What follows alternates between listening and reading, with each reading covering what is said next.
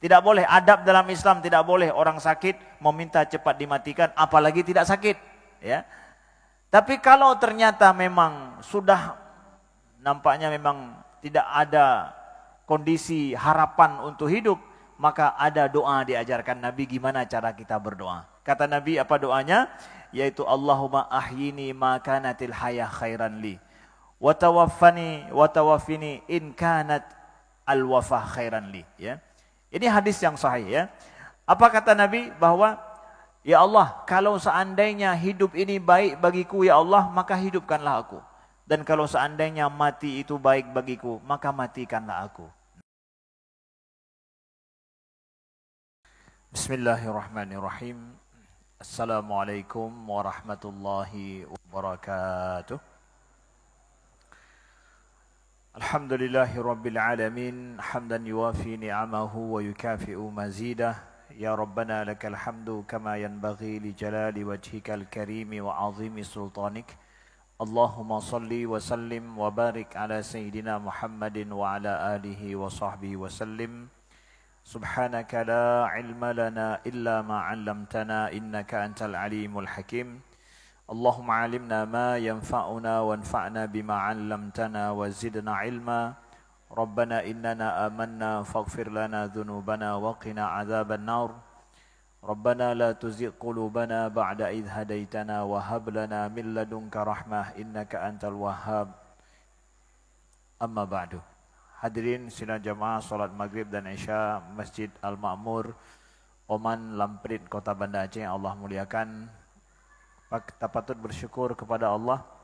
Allah izinkan kita berjumpa kembali di masjid yang kita cintai ini, dalam majlis yang mulia ini, di awal bulan Zulhijjah, bulan Muharram, bulan haram, bulan Ashhurul Hurum yang diharamkan oleh Allah.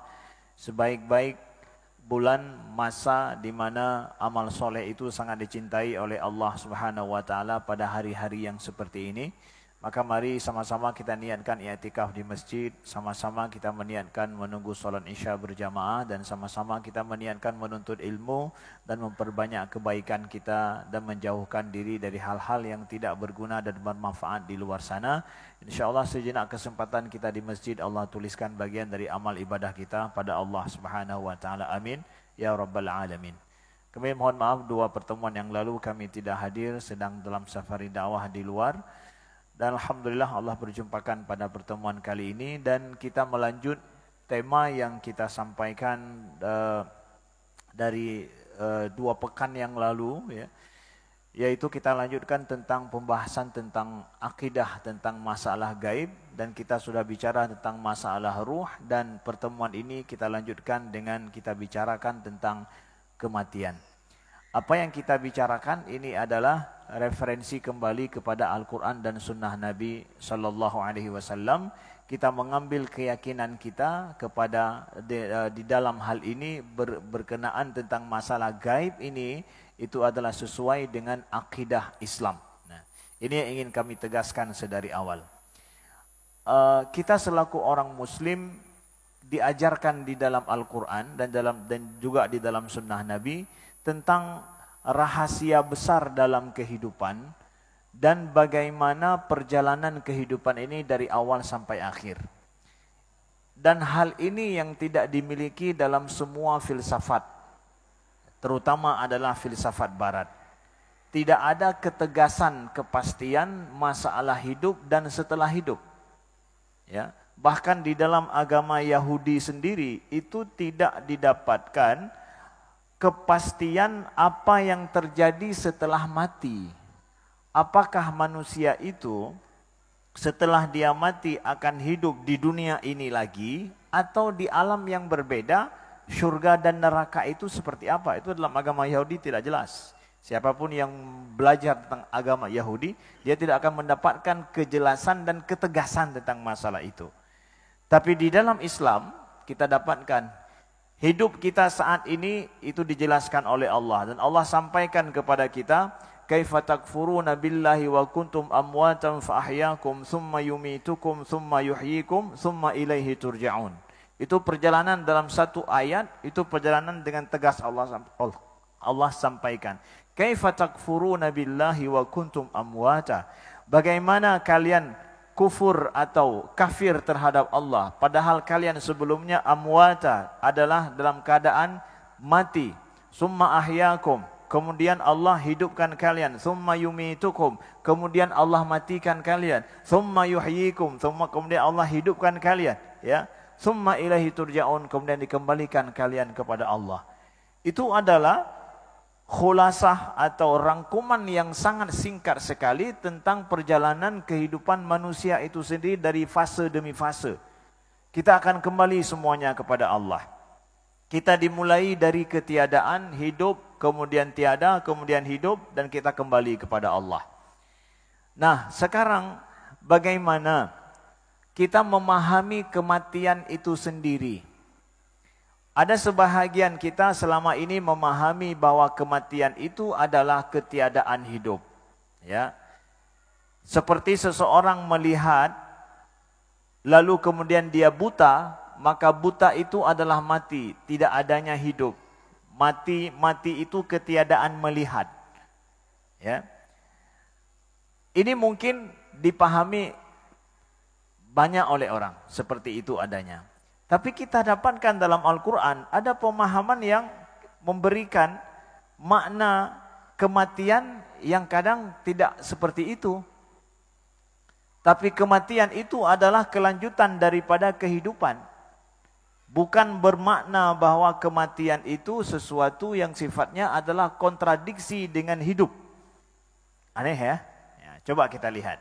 Allah berfirman dalam surat Al-Muluk.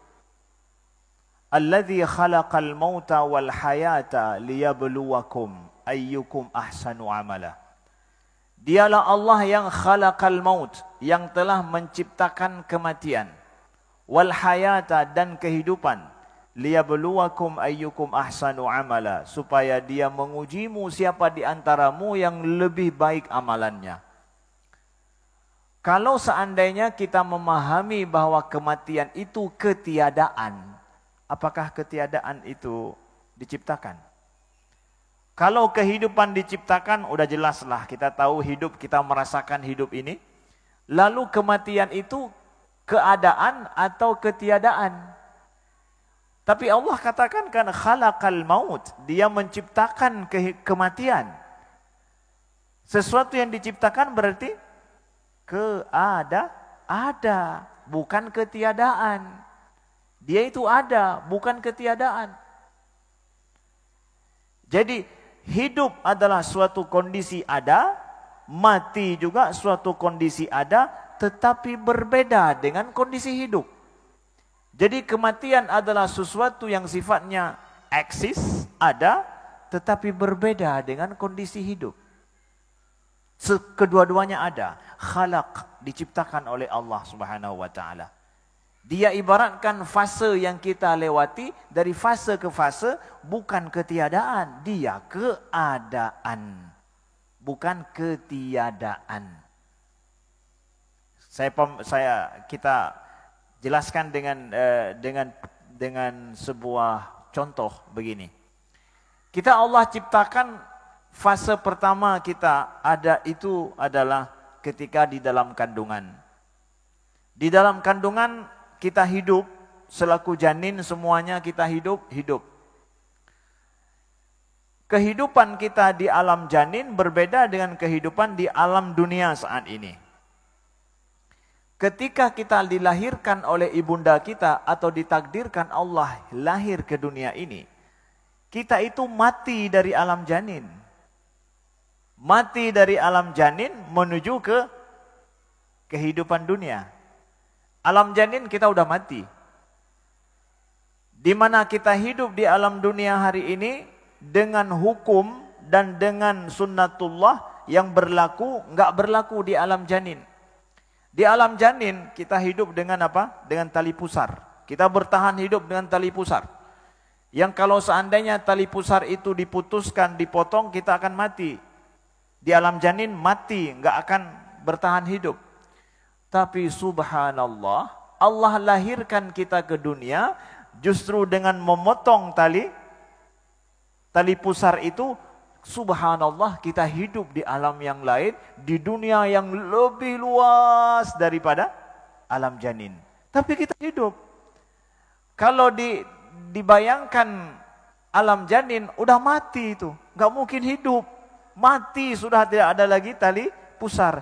Tapi ya subhanallah, Allah ciptakan kehidupan yang lain.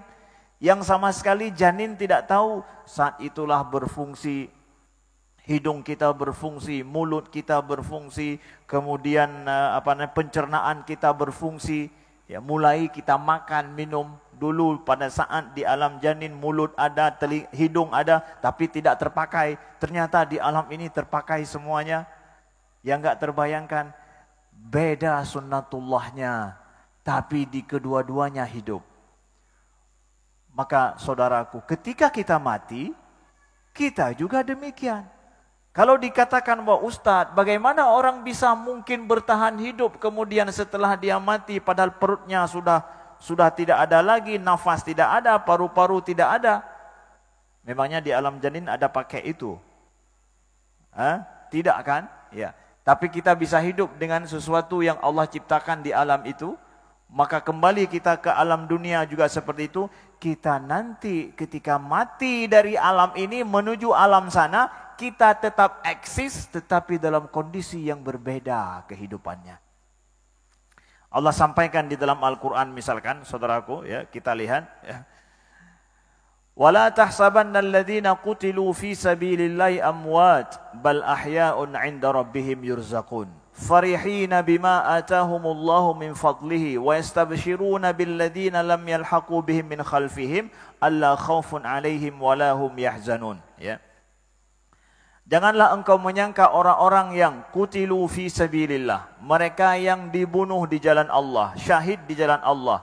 Amwat, mereka itu mati, tiada begitu saja, ya. Bal ahya inda rabbihim yurzakun, tetapi mereka itu ahya, hidup di sisi Allah, diberikan rezeki. Farihina bima atahumullah, mereka begitu senang dengan apa yang telah diberikan oleh Allah, min fadlihi, daripada karunia-Nya, wa yastabshiruna billadzina lam yalhaqu bihim min khalfihim, dan mereka bahkan memberikan kabar gembira, bersorak-sorak gembira, menanti orang-orang yang belum mengikuti mereka. Lam yalhaqu bihim min khalfihim, yang hana meninggal, yang hana mati. Urangnya orang yang sudah melewati itu, masuk ke dunia itu, ke kehidupan yang seperti itu, mereka menunggu dengan gembira kita-kita yang belum menyusul mereka.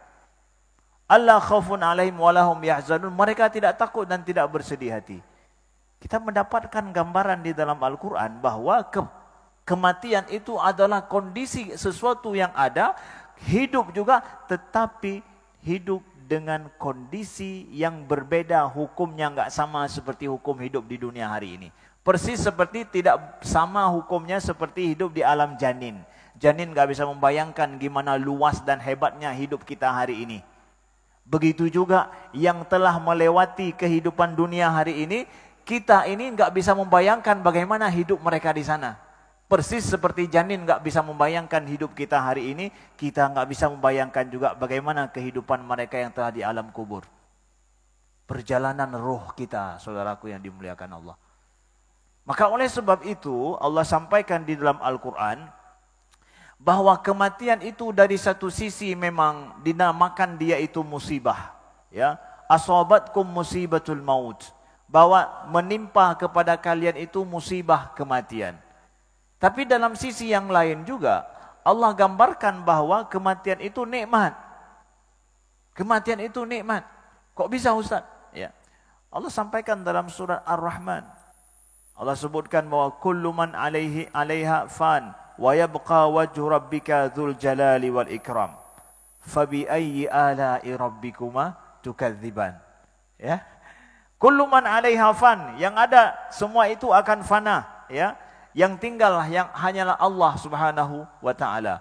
Maka nikmat Allah yang manakah yang kalian dustakan? Jadi kefanaan kita, ketiadaan kita lagi di muka bumi ini semuanya akan sirna semuanya. Artinya kita akan tinggalkan kehidupan yang seperti ini.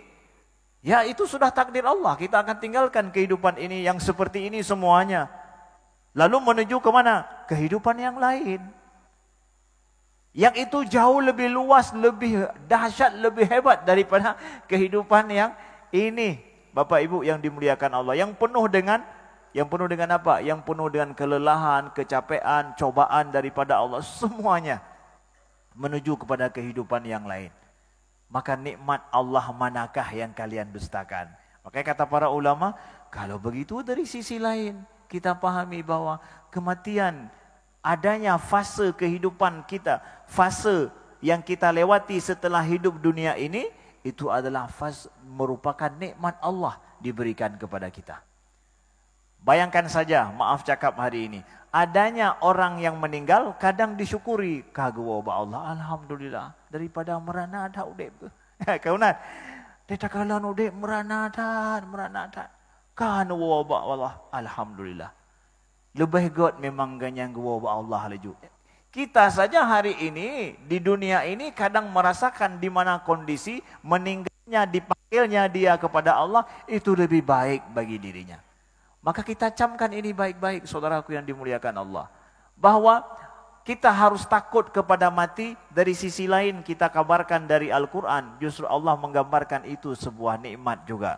Itu merupakan kadar dan merupakan takdir daripada Allah dalam kehidupan kita, yang semua kita akan melewati itu dan akan mengalami itu semua. Bedanya saja dengan orang yang tidak beriman apa? Orang yang tidak beriman, dia tidak memiliki konsep kehidupan setelah hidup ini. Dia tidak ada konsep tentang itu. Dan kita orang yang beriman lengkap dengan konsep ini, dan kita yakin bahwa Allah lah yang kemudian mengatur semua ini, bahwa kita hidup dihidupkan oleh Allah, mati kita juga dimatikan oleh Allah Subhanahu wa taala, dan kapan itu semua itu rahasia daripada Allah. Rahasia daripada Allah. Yuhyikum yumitukum. Jadi Allah katakan dia yang menghidupkanmu dan mematikanmu. Itu kembali kepada Allah. Tapi kalau orang kafir bilang mati itu ketiadaan. Artinya apa? Sudah punahnya hidup ini, sudah enggak berfungsi lagi jasad ini, jantung sudah enggak berfungsi lagi, kemudian semua organ yang menopang kehidupan sudah rusak, ya sudah mati. Mati itu sebuah kerusakan daripada hidup dan kefanaan dari hidup, maka matilah. Tapi Islam mengatakan tidak demikian. Mati itu berbeda dalam pandangan Islam, bahwa mati itu betul-betul urusan Allah loh, bukan urusan manusia. Bukan urusan manusia. Kok bisa Ustaz? Jadi kita tidak mengatakan bahwa mati seseorang karena tubuhnya sudah enggak mampu untuk menghidupkannya lagi. Ya, jangan kita yakini seperti itu. Jangan kita pikir bahwa mati itu karena ini kondisi tubuh sudah enggak berfungsi lagi, makanya dia mati. Kalau enggak begitu pasti hidup lah. Enggak. Kita selaku orang mukmin meyakini bahwa Allah itu yumitukum. Allah yang mematikan kalian loh. Bukan tubuh ini yang mematikan kita. Kalau seandainya kita berpikir bahwa mati itu karena tidak adanya kemampuan tubuh menopang hidup, mensupport hidup kita, ya berarti yang menjadikan kita mati tubuh inilah. Maka suatu saat nanti kalau tubuh ini sudah ada riset terkini, maka dijadikan tubuh ini nanti akan bertahan, dia tidak rusak lagi. Akan tubuh ini enggak akan rusak, enggak kena penyakit misalkan, akan terus hidup dia. Enggak, Allah akan mematikan dia. Sebagai bukti yang nyata bahwa saat seseorang tidak dia didiagnosa penyakit parah apapun, tidak ada didiagnosa bahwa ini ada kemungkinan akan mati, tapi ternyata tiba-tiba mati. Ya? Jasadnya oke, di screening semua, didiagnosa tubuhnya ini secara ilmu medis ini bertahan sampai 20 tahun lagi, tubuh ini masih bertahan bagus, enggak ada nampak apa-apa, sel kanker tidak ada, sel ini tidak ada, oke semuanya. Tiba-tiba plak, meninggal. Itu kemampuan siapa yang mampu mematikan orang? Mematikan seperti itu tidak ada kemampuan kecuali pencipta, Allah Subhanahu wa taala. Makanya beda mati dengan membunuh. Makanya para ulama Ahlus Sunnah menyatakan bahwa membunuh itu bukanlah sifatnya adalah dia itu tidak sama dengan mati. Mati itu perbuatan Allah, tapi membunuh itu perbuatan manusia. Dia hanya merusak tubuh manusia, merusak tubuh sehingga tubuh tidak mampu bertahan hidup lagi. Tapi kalau mati yang merupakan perbuatan Allah, bukan perbuatan manusia, perbuatan Allah, tubuh masih bisa bertahan hidup, tubuh masih sehat, segar bugar, enggak ada masalah dengan tubuh itu, tapi mati. Hanya hana masiro je begal lagi. Manusia membunuh, walaupun dokter sekalipun menyuntik sesuatu untuk merusak organ, baru kemudian dijadikan. Tapi Allah mematikan dengan cara apa? Organnya masih semuanya 100% oke, tapi kok mati? Itulah dia kematian yang dijadikan oleh Allah Subhanahu wa taala, yang manusia tidak ada kekuatan di situ. Maka orang mukmin meyakini, saudaraku yang dimuliakan Allah, bahwa kematian itu mutlak milik Allah Subhanahu wa taala, dan kita tidak meyakini bahwa kematian itu gara-gara organ kita yang sudah tidak mampu bertahan lagi. Ini masuk ranah akidah. Ranah akidah. Kematian itu betul-betul milik Allah. Ya, kullu nafsin dha'iqatul maut, setiap yang jiwa itu akan merasakan kematian itu. Ya, akan merasakan kematian itu. Ya. Lalu kemudian saudaraku yang dimuliakan Allah, bagaimana kita mempersiapkan kalau memang kematian itu sudah menjadi takdir Allah kepada kita semua, orang soleh, orang yang toleh, orang yang jahat, yang keji dan kejam sekalipun akan merasakan itu. Para anbiya juga merasakan hal yang sama. Kita semua juga merasakan hal yang sama pada saat waktu yang telah ditetapkan oleh Allah Subhanahu wa taala. Kita yakin bahwa nanti akan datang sebagaimana firman Allah, ya, Allahu yatawaffal anfus hina mautiha wallati lam tamun fi manamiha. Allah akan mematikan jiwa itu, ya, yang telah datang kepadanya ajal. Allah akan mematikan dia, jiwa ini. Jiwa kita hari ini masih hidup di alam ini, ya. Kalau sudah sampai masanya, Allah akan mematikan dia dari hidup ini menuju kehidupan lain yang kita tidak tahu. Itu misteri betul. Ya, cuma Al-Qur'an ada menyampaikan di-spill sedikit informasi tentang itu. Ini yang kita dapatkan sedikit informasinya. Karena yang bisa bicara tentang mati adalah orang hidup. Orang mati udah nggak ada ngomong lagi masalah ini. Itu yang menjadi permasalahannya. Yang pegahaba tentang mati, pi hana mati loh mungkinnya, ya. Menyangkali mati, mangat tanya dengar. Nyan keplay kepada Al-Quran. Yang sudah mati tidak bisa ngomong lagi bicara tentang ini. Kita dapatkan dari informasi dari Al-Quran saja. Qul yatawafakum malakul mautil ladzi wukila bikum. Dalam ayat yang lain Allah sampaikan bahwa katakan kalian itu dimatikan oleh malakul maut, yaitu malaikat maut yang telah diwakilkan kepada kalian.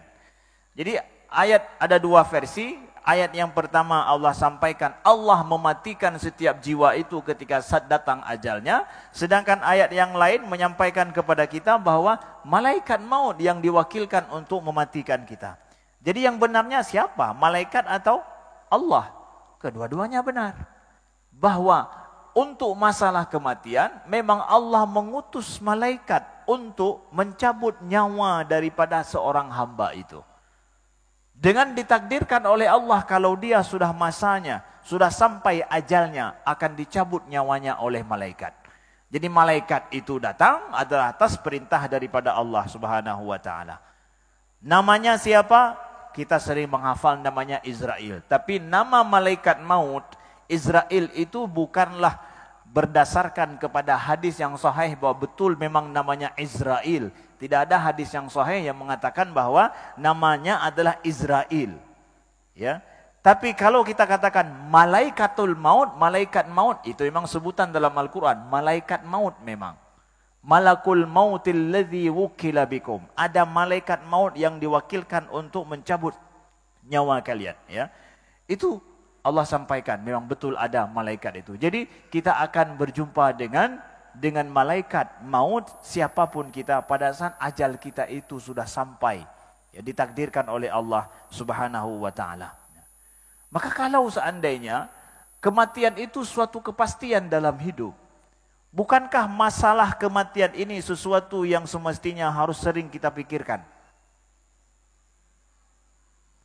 Untuk besok hari, kita mana lebih yakin hidup dengan mati?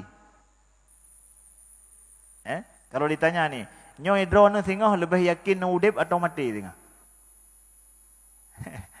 Ini kita nih ya, kalau ditanya setiap kita ini, Bapak besok yakin hidup atau mati? Ana beuh udah begah udip. Terlalu sombong kita mengatakan pasti udip belum tengoknya. Terlalu sombong mungkin kita. Tapi kalau kita mengatakan apa? Sang mati tengok. Nyan sang lebih betul daripada ada begah apa? Pasti udip tengok. Nah yang beuh pegah pasti udip tengok. Ada yang berani ngomong pasti saya hidup besok. Gara-gara nekunnya kadang-kadang meninggal ilunya. Ana beuh udah deku. Ya, oleh sebab itulah maka semestinya kita lebih banyak berpikir masalah kematian kita kan daripada hidup kita. Ya.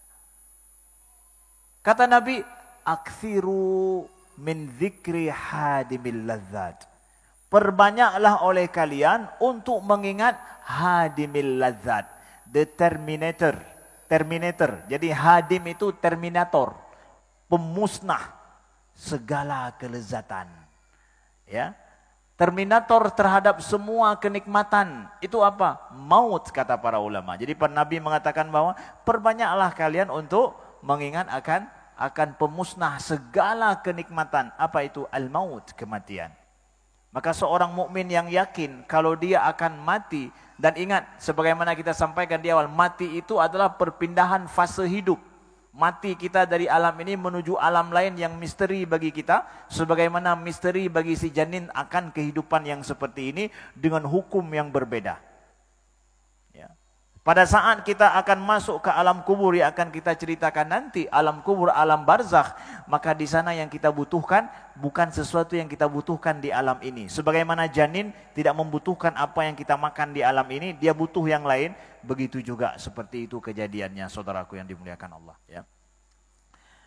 Jadi Allah sampaikan, وَمَا يُعَمَّرُ مِنْ مُعَمَّرٍ وَلَا يَنْقُسُ مِنْ عُمُرِ إِلَّا فِي كِتَابٍ إِنَّ ذَلِكَ عَلَى اللَّهِ يَسِيرٌ. Ya. Siapapun yang dipanjangkan umurnya, kemudian atau dikurangkan daripada umurnya, itu semua sudah ada dalam kitab, sudah dituliskan, ditakdirkan oleh Allah Subhanahu wa taala. Itu harus menjadi keyakinan yang kokoh di dalam diri kita, saudaraku yang dimuliakan Allah. Maka apa persiapan kita untuk itu?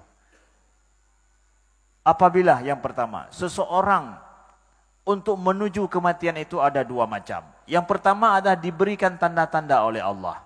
Dan ada orang yang enggak diberikan tanda oleh Allah. Selama ini kita mendapatkan, dan ulama juga mengatakan demikian, ada tanda-tanda, ya, ada yang enggak diberikan tanda, ya. Adapun misalkan yang tidak diberikan tanda ini, itu disebut dengan mautul fawad, ya, di dalam hadis, ya. Bahkan Nabi SAW itu berlindung kepada Allah, ya, daripada mautul fawad. Mautul fawad itu adalah mati tiba-tiba tanpa ada mukaddimahnya gitu. Ya, jadi pernah disebutkan dalam riwayat Imam Ahmad, ya, daripada Abu Hurairah, anna Nabi marra bijidarin ma'ilin fa asra, bahwa Nabi melewati sebuah dinding yang sudah mau roboh, beliau cepat-cepat melewati tempat itu, ya. Faqal, ya, akrahu mautul fawad, ya. Aku akrah, ya, tidak suka mati fawad, tiba-tiba. Jadi hal-hal yang lagi-laginya kita mesti hantar lewat, nyotang menyeruknya meninggal itu. Betul itu hana masalah. Menyelamatkan diri itu sah, benar, ya. Mautul fawad itu adalah kematian seseorang tanpa ada mukaddimahnya, sehingga dia tidak bisa mempersiapkan diri untuk itu. Tidak ada sempat memberikan di mana harus dikuburkan, kemudian tidak bisa memberikan wasiat, tidak bisa kasih tahu apa-apa kepada orang, ya, tidak bisa menyelesaikan kewajiban dunianya, dengan orang lain, ya. Itu mautul fawat. Ya. Ada yang kematian itu adalah dimukaddimahi. Salah satu mukaddimah kematian yang sudah lazim biasa apa? Sakit. Ya. Maka adab ketika kita sakit di dalam hadis Nabi SAW adalah kita yakin bahwa setiap sakit yang menimpa kita itu adalah merupakan pembersih daripada dosa dan kesalahan kita. Itu adab kita yang pertama. Siapapun di antara kita yang diberikan sakit oleh Allah, maka adabnya adalah berbaik sangka bahwa sakit kita itu adalah penghapus dosa daripada Allah. Tapi maaf ya, jangan dipahami bahwa jadi ustaz, lu sakit gara-gara lu desa. Kan, menyakit maknanya idona kepampun desa. Ya. Kan tak payah pegah bahwa jadi kamu yang rumah sakit Zainal Abidin urun dosa mendum ya ustaz. Kan, bukan begitu. Sebab ada juga orang sakit kalau dikasih tahu seperti ini marah dia. Ustaz memang dipikir kami ini orang-orang berdosa semua. Enggak, berbaik sangka ini adalah penghapus dosa. Sebagaimana sabda Nabi, "Ma yusibul muslim min nasabin wala wasabin wala hammin wala hazanin wala adha hatta syaukatun yushaquha illa kafarallahu biha min khataya." Jadi apapun rasa susah, rasa sedih, rasa capek, rasa lelah, itu semua marat, begitu juga rasa sedih, itu semua akan menjadi kafarah. Kemudian apa? Siapapun yang diberikan rasa sakit sebagai mungkin mukaddimah daripada kematian kita, hendaklah dia itu tidak membenci rasa sakit itu, ya, dan dia hendaklah menerima takdir daripada Allah bahwa dia diberikan sakit oleh Allah. Karena ada orang yang sakit, dia tidak menerima takdir dalam kondisi dia lemah dan sakit. Terimalah itu sebagai takdir daripada Allah, dan kalau demikian jangan pula kalau kita sakit meminta supaya dimatikan. Ya Allah, hanya sangka mukadimah mati. Apa mati lo ya Allah? Hancur. Tidak boleh meminta kita itu gara-gara sakit minta mati, enggak, tidak boleh. Itu dilarang adabnya di dalam Islam. Nyo sangka mukadimah bahu bagah hal juga dia. Baik hek tinya ya. Baik hek anu ulun, baik nyo ya Allah napa mati lun, tidak boleh. La yatamanniyanna ahadukum al-maut lidurrin asabahu. Janganlah seseorang daripada kalian itu meminta kematian karena ada kondisi sakit yang dia derita. Ya. Jangan. Fa in kana la budda fa'ilan. Kalaulah seandainya dia harus juga meminta mati, maka doanya diajarkan Nabi. Tapi kan doa laki mati. Hanjit kita nyoban ka sakit laki Abu Bagah mati hanjit. Tidak boleh, adab dalam Islam tidak boleh orang sakit meminta cepat dimatikan, apalagi tidak sakit. Ya. Tapi kalau ternyata memang sudah nampaknya memang tidak ada kondisi harapan untuk hidup, maka ada doa diajarkan Nabi gimana cara kita berdoa. Kata Nabi apa doanya? Yaitu Allahumma ahyini ma kanatil hayah khairan li. Wa tawaffini in kanat al-wafah khairan li. Ya. Ini hadis yang sahih ya. Apa kata Nabi? Bahwa ya Allah, kalau seandainya hidup ini baik bagiku ya Allah, maka hidupkanlah aku. Dan kalau seandainya mati itu baik bagiku, maka matikanlah aku. Nah, itu adabnya. Adab minta apa? Dimatikan oleh Allah, tapi minta hidup dulu, bukan minta mati terus, ya. Allahumma in kanat hayah khairan li, ya Allah, kalau hidup ini baik bagiku, hidupkanlah aku ya Allah. Tapi kalau seandainya mati itu baik bagiku, maka matikanlah aku. Tapi adabnya adalah siapapun yang diberikan rasa sakit, terima itu sebagai takdir Allah walaupun kondisi susah payah. Terima takdir daripada Allah. Jangan gara-gara itu meminta langsung mati pada Allah. Jangan, itu adabnya. Kemudian apalagi?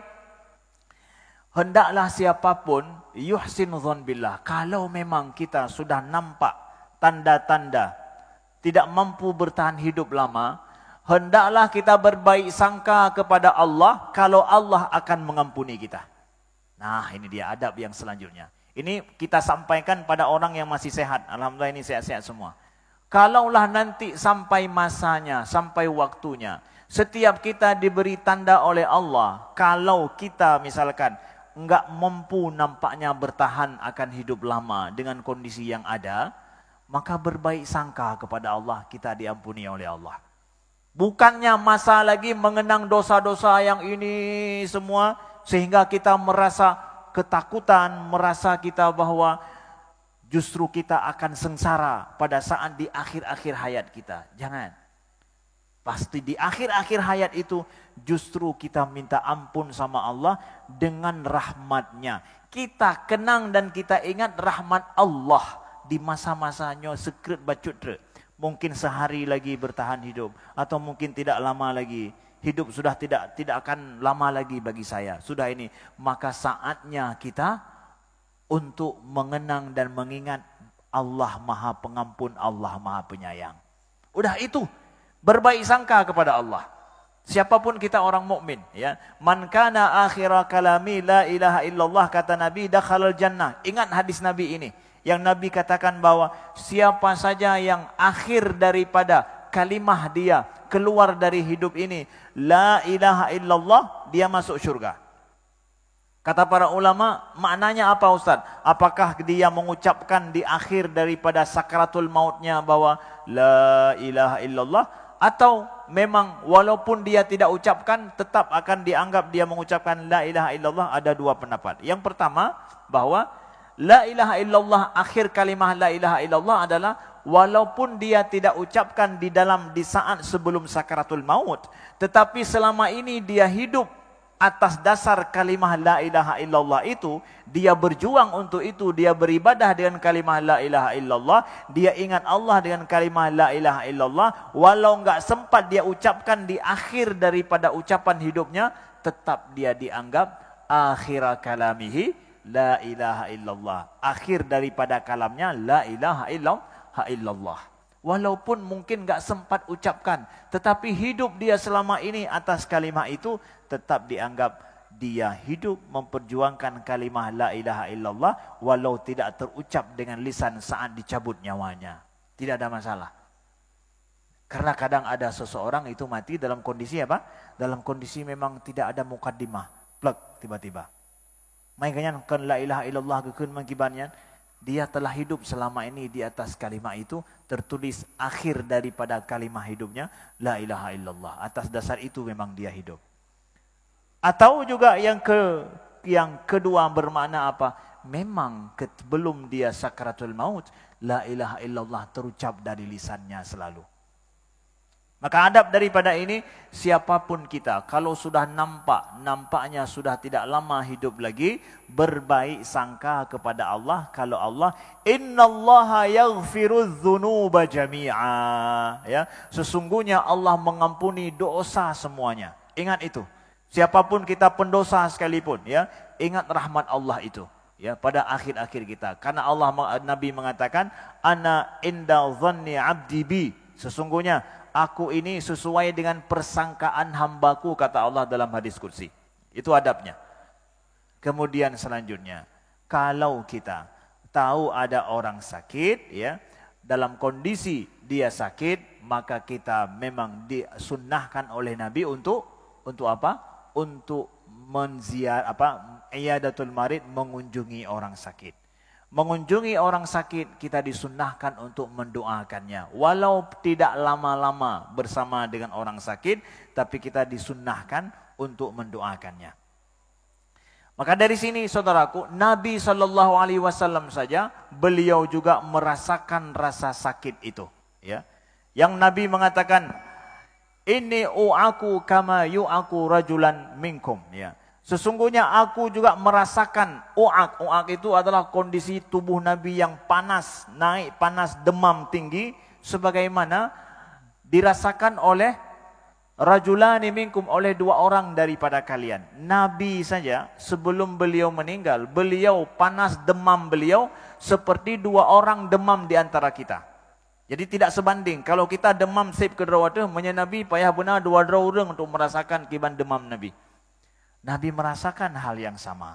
Maka siapapun yang merasakan sakit, mukaddimah daripada maut, itu bukan bermakna bahwa memang rayu tak desyalun, payah sakit, trip tak baru meninggal. Tidak demikian. Nabi juga merasakan hal yang sama. Tanda itu rahmat daripada Allah, dikasih mukaddimah kepada kita. Mudah-mudahan Allah berikan kita husnul khatimah. InsyaAllah kita lanjut setelah hari raya. Subhanakallahumma wa bihamdika. Asyhadu an la ilaha illa anta astaghfiruka wa atubu ilaika. Wassalamualaikum warahmatullahi wabarakatuh.